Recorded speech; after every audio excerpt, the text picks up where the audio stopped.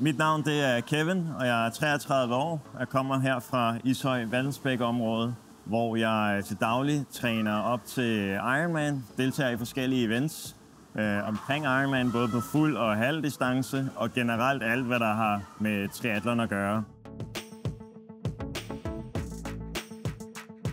Kvalifikation til et halv-Ironman, det foregår på den måde, at man deltager i et halv-Ironman-event rundt omkring i verden.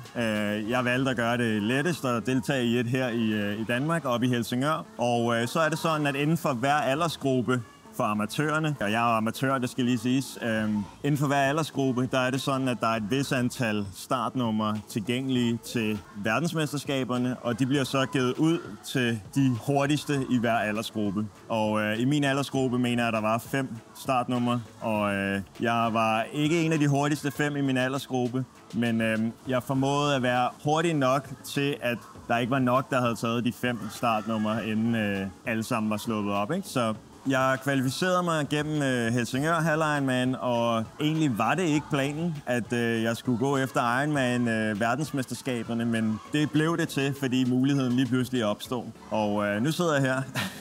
Og hele den her rejse her, den deler jeg inde på min YouTube-kanal, Triatleten.